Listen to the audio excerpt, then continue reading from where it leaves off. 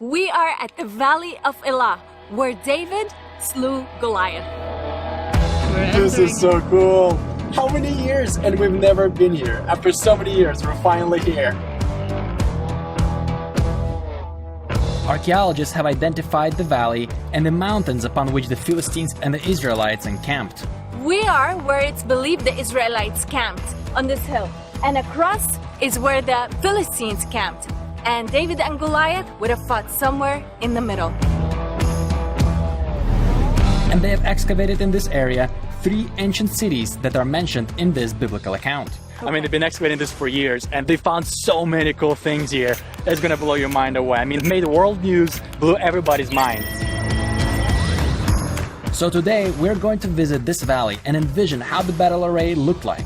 We're going to find the stream where David could have picked the 5 smooth stones. Oh, that's perfect, look at that. And we're going to try and answer the questions that we always So have. you're staying right here, and I'm gonna go down there and be the Goliath. We'll see if you can hear me. How could the Israelites hear Goliath if there is a valley in between them? I'm way past the water. There will be no Israelites here, only the Philistines. Let's see if she hears me. I doubt it, but let's see. We're just trying to test when Goliath would come out and shout and defy the God of Israel. How did the people hear him? Choose a man for yourself and let him come down. And how could David sling the stone so accurately and deadly? So we've built this DIY slingshot. It's very simple to build. It's made out of duct tape and just 2 strings. So let's give it a try. We've never used a slingshot before. Whoa! Did you see that? Look how far it went! This was the coolest thing ever. And on top of that all, we're going to share with you a hidden message that was recently discovered in the verses of this biblical account. Goliath, he was wearing scales, right? He's this big giant guy with scales, and everybody's fearing him just like a serpent. Amazing. It's amazing. It's How the Bible connects. Yeah. So join us as we go on this incredible adventure.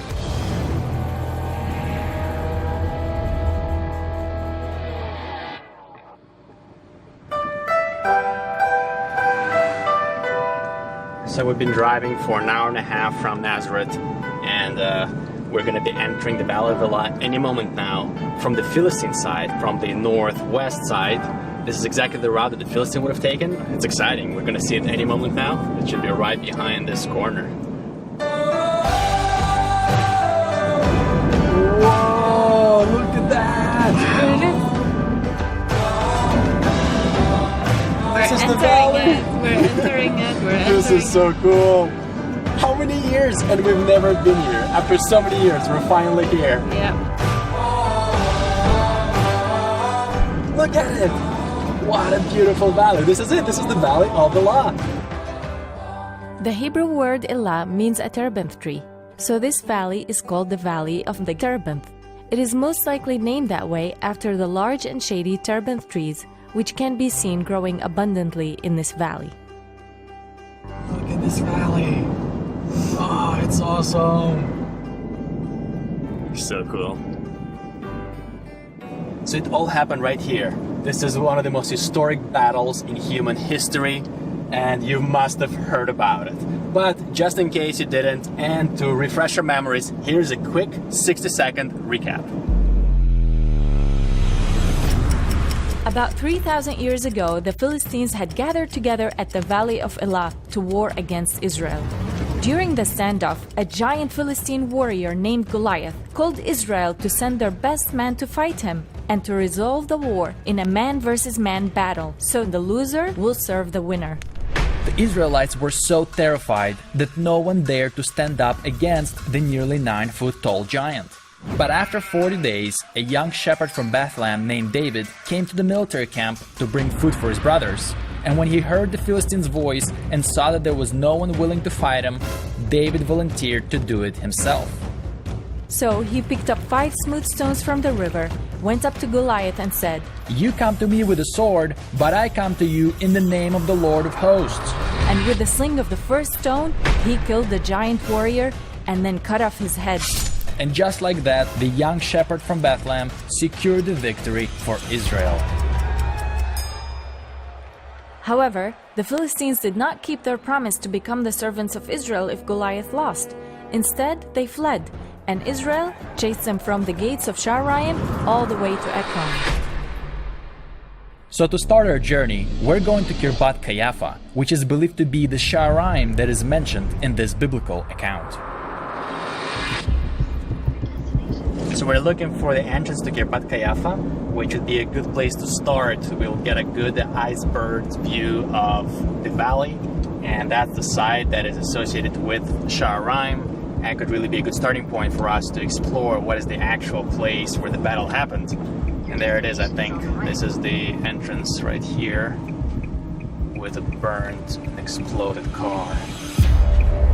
The dirt roads this year had been damaged by the heavy rains. I know, can we drive this? This looks, So it can be a great challenge for a 4x2 car to get up to the top of the hill where Kirbet Kијафу is located.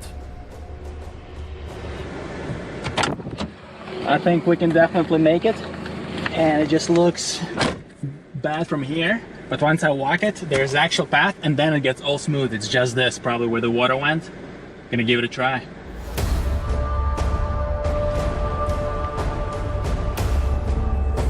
Oh, it's very ditchy. I think I'm gonna close my eye.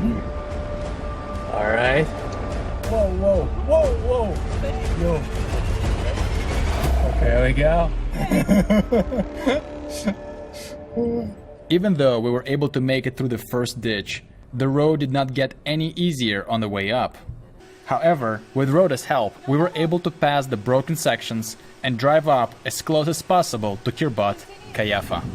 So that's it, we can't go any further, so we park right here and we walk it up. I already see the ancient stones. Do you see the ancient stones? Yeah. Look at this, it's like a gate stuff. That is a gate. Yo, and then there's a wall right there. That's so cool. All right, let's go take a look at Saraim. Look at the view over here. It's like we're coming up. There it is, there's the gate. I can see the gate. All we have to go just get up. This is so cool. This is the city gate. This is the gate of the city. That's where the elders would sit. That's where they would dispute things. That's where they would judge things. So cool. Look, looks like these were stairs of some sort, right? I mean, they're leveled. There's 3,000-year-old chiseled steps, and we're walking on them. The steps that led to the city gate. Unbelievable.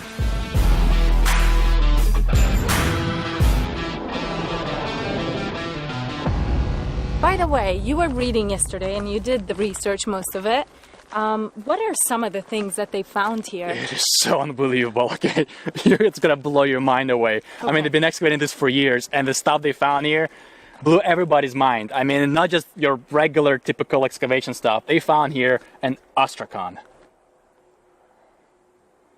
What is an ostrakhan? They found an ostrakhan. Ostrakhan. What is ostrakhan? I'm trying to remember what it was. Ostrakhan. What is ostrakhan? An ostrakhan is a piece of broken pottery that has writing scratched into it. In a way, they're like our modern-day sticky notes, but made of broken pottery. Is that the thing with the Hebrew language Yes, on it? yes, Oh, the that is oldest so cool. shard, which was used as like a paper note, like Yeah. a memo. In 2008, during the excavations at this site, led by Professor Yosef Garfinkel and Sar Ganor, an ostrakhan was found with an inscription in what seemed to be a form of ancient Hebrew. After further examinations by the University of Haifa, an incredible discovery was made that sent shockwaves across the world of archaeology. The 5 lines of ancient script on the ostrakhan appear to be the oldest Hebrew script ever found. Dating to the 10th century BC, this inscription is about 1,000 years older than the Dead Sea Scrolls. Yeah, and they could identify for sure words on it, which is like, one of them is king, one of them, I forgot what it was. Unlike others, the words in this ostrakhan were not scratched into it. Instead, someone used ink. So after 3,000 years, the words faded and posed a challenge to decipher the text. But eventually, the experts at the University of Haifa were able to do it. Their findings confirm that the language is indeed ancient Hebrew, and that 8 words out of this text are exclusively biblical.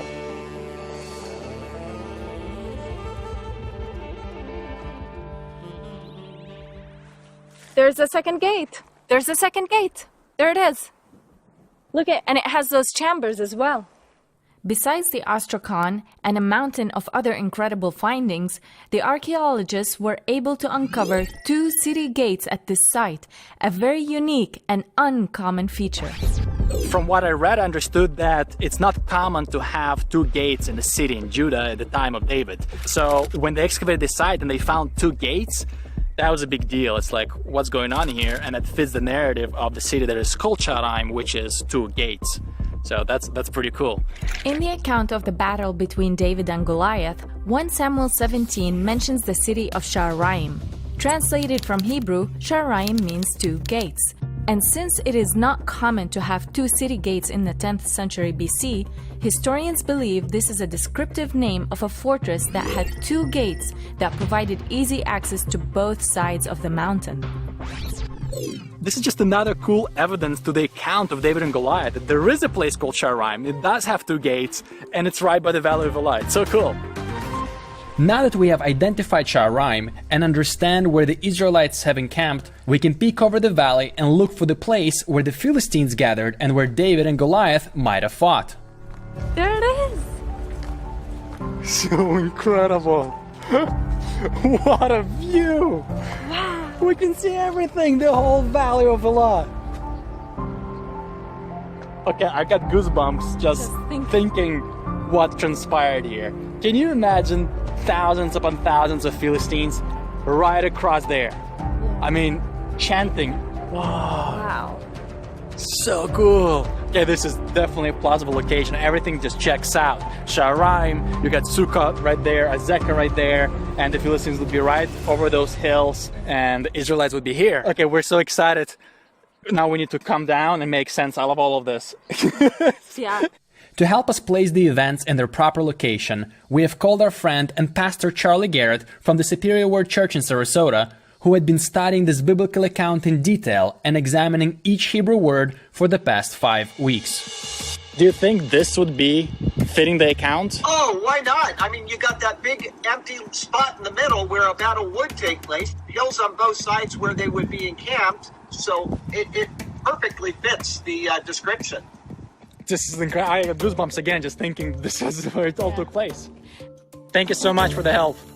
Love you guys. Love you. Bye. So Charlie says this fits the biblical narrative, and he believes that this could be the spot. There is a Nahal down there, a river, and there is a ridge which would separate Philistines and the Israelites. So we're going to go down there and check if this could be the spot where they fought. I'm excited. Let's go.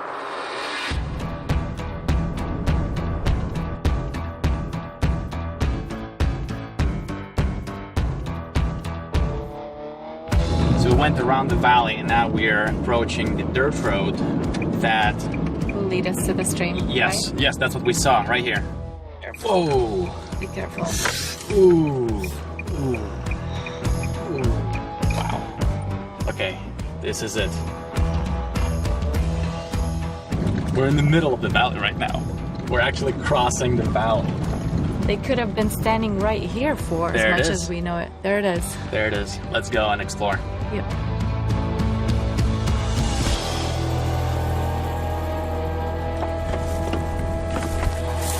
Ooh, it's hot. Wow, this is so exciting. Can you imagine this is where David could have picked up his stone, the 5 smooth stones? I see plenty of smooth stones down there. Yeah. Wow, this is the river. Look how green it is. Probably because there's water underneath. This is awesome. It's the beginning of August and it's still green here. It means water runs here throughout the spring and winter time, and it's enough to sustain this vegetation throughout the summer. That's pretty cool. All right, so let's go into the stream and check out if we can find some smooth rocks. Wow. Do you think this is where David would have stooped down and picked up a few stones? This has gotta be. I mean, look at them. Right? There's so many. This is where the water runs, right here. And you can see that some of the earth is still like more brown, more moist, and there's still vegetation growing here, which means this is exactly where the water runs in the wintertime, in the springtime, which is most likely the time when they actually attacked or when they went to battle. In 2 Samuel chapter 11, the Bible mentions that it was the spring of the year when kings would go out to battle. Considering Israel's climate, this makes perfect sense. The summer can get extremely hot, autumn is the time to collect the harvest and prepare provisions for the winter, and the winter can get very rainy and relatively cold, making springtime to be the best option for war. So it's very likely that when the Philistines came here, it was during springtime and the water would still be here. And it could be pretty bad because that's the majority of the stream comes here after winter. And it's plenty of water here, which make it so much more difficult to cross, to attack, to engage in war in this particular area. But in this particular valley, springtime might not have been the best idea because the river would have been full of water, making this area very muddy and hard to cross. This would put the army who dared to attack first at a great disadvantage. And this makes the biblical account so much more understandable. Think about it. If this is the river and it was water here, the first military, the first army to attack would be at a disadvantage. They would have to cross the river, and by the time they cross the river, they would have to climb and attack the Israelites who would be on the mountain right there. And the archers would be right there at the top, shooting at you. You're at disadvantage. So the first army to attack is a disadvantage. This explains why neither army attacked each other for 40 days, and instead chose a one-on-one fight to resolve the war. So you've got Philistines on the one side, the Israelites on the other side of the mountain, and neither wants to attack, and so going man versus man made a lot of sense. And now that we've answered our first question, next we're going to pick up a few smooth stones from the riverbed and check if David's slingshot was a worthy weapon of war. So we've built this DIY slingshot. It's very simple to build. It's made out of duct tape and just 2 strings. One string has a thing for your finger and the other one is just release. So let's give it a try. We've never used a slingshot before, and it's gonna be a great test. And I'm gonna launch it over there. If I can at least get the direction right, that's a success. That works. Where is it? It's there. Where? There, it landed. I have no idea when I released it. It just went up and went into like a U over there. Oh my gosh, that looks so scary. I have no idea it's gonna land on me. All right, one more.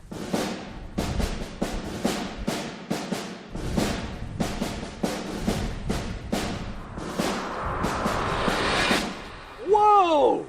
Did you see that? Look how far it went and so straight. Do you think you would have killed a giant? Oh, very possibly. Like a giant sheep.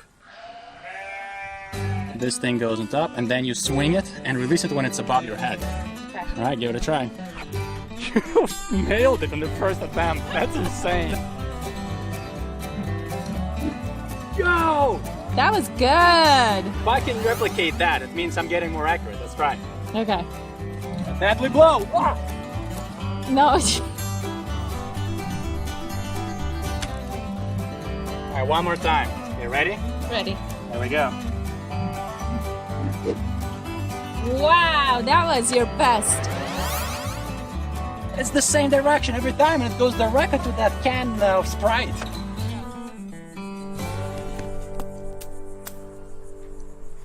That was pretty close too. Hey, your stone looks like a heart.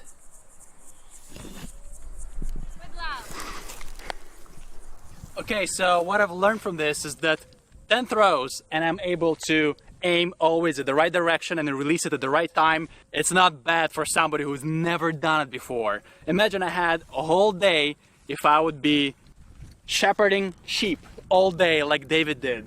And what else do I have to do but to try and aim with a slingshot and practice and improve my aim? It's totally plausible. This is incredible. I'd never assumed that I would be able to do it after only 10 tries. Good job, babe. Now that we've tried it, this sling has certainly proved to be a real weapon. And David wasn't the only one who knew how to use it, as the Bible mentions a group of Israelite men who could sling a stone at a hair and not miss. So now that we have confirmed the deadliness of this weapon, our last goal for the day is to do the Goliath voice test. So I always wondered, how could Goliath's voice be carried and how could the Israelites hear him if there's a valley in between them? and that's exactly what we're gonna test right now. So Rhoda's gonna go up to the mountain, and I'm gonna be Goliath screaming from across the river. This is so steep. It is. Okay. Ooh. All right. Okay. And we're gonna see if Rhoda will be able to hear me or not. I'm really looking forward to it. Are you excited? There we go. Come on. All right, we made it. So we're gonna stay right here. You represent the Israelites, and I'm gonna go down there. Okay. And be Goliath and see if you can hear me. Right. Let's give it a All right. Be careful, be Yeah. careful. Easy, easy, easy. All right. Just need to keep going. Just gonna cross the river right here. I'm almost there.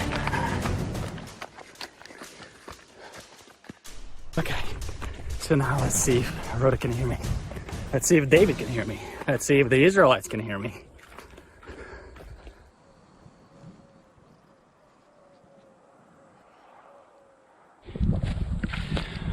Hello!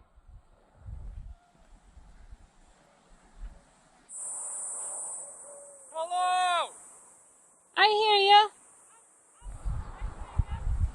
I hear you too! I hear you perfectly. Insane. I'm gonna go farther. Let's check. He's going further now. I'm going a bit farther because she can still hear me. Okay. Can you hear me? I hear you. That is so cool! Choose a man for yourself! Let him come down and fight me! It's pretty cool, I hear him. Okay. He's much further now. Let him come down and fight me! That's how much I can hear him. Okay, she could still hear me. Not even raise my voice that much. Let's go even farther. I mean, I'm in the middle of the valley now. Why have you come up? Wow. That is incredible. Okay, I'm just gonna cross the field, literally. This is insane. I'm just gonna cross the field. Okay. It would be impossible to hear him from there.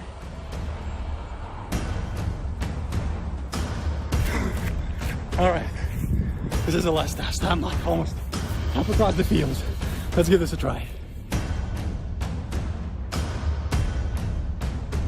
Choose for yourself a man. Let him come down and fight me.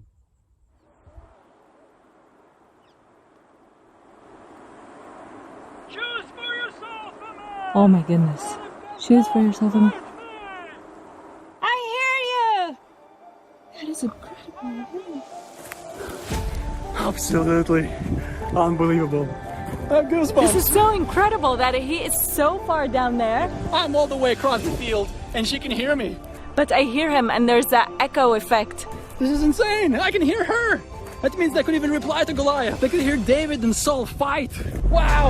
You're your champion. If I can hear you, then you can hear me. I heard everything. That was so cool. It is incredible, isn't it? I had goosebumps because I didn't believe it's going to work And out. the Israelites, this is a cliff line. They would be standing here and they would hear everything. Everything. Think of the spectacle.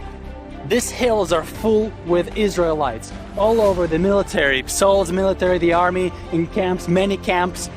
David crosses this creek and onto the fields in the valley to face Goliath.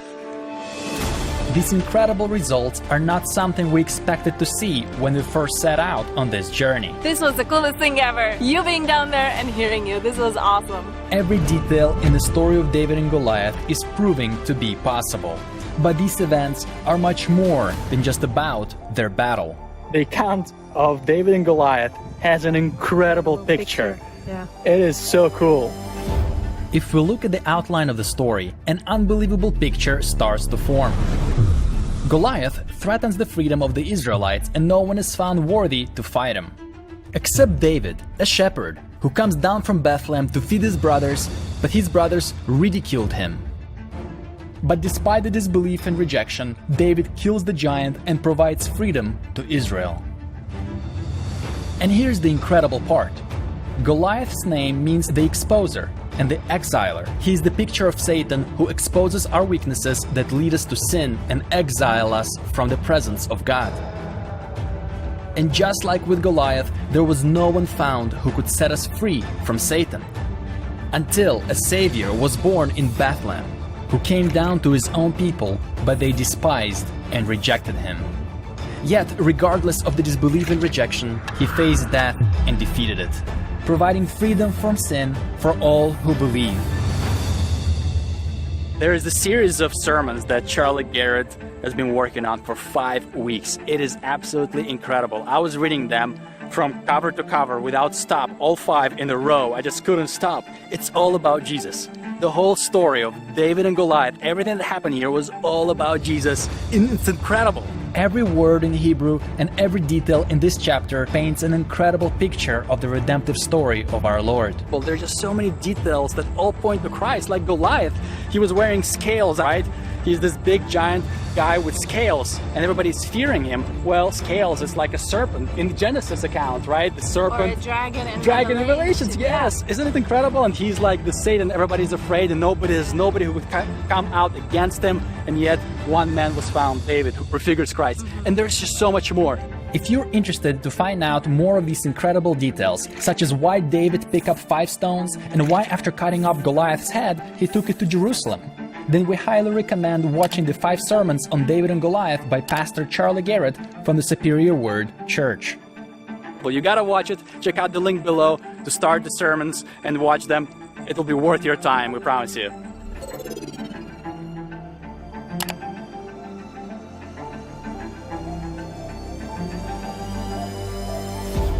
This is just so incredible. I mean, did you expect seeing all this when we got here?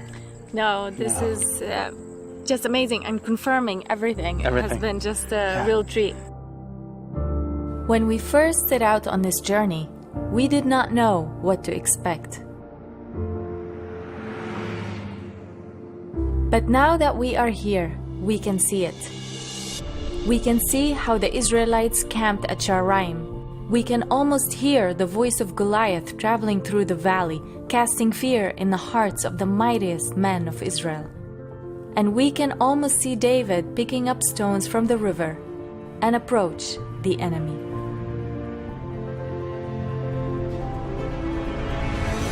So the next time we read this account in the Bible, we can imagine it in full color and better understand how God, working through David, brought about one of the greatest deliverances in the history of Israel.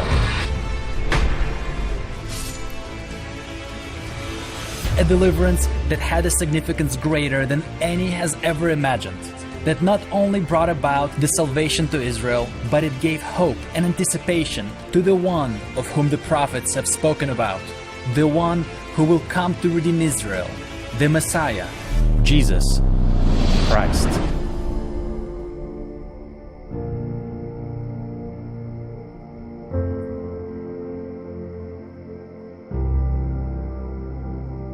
So we hope that you guys enjoyed this episode and that it's a blessing to you. And until next time, God bless you all. God bless.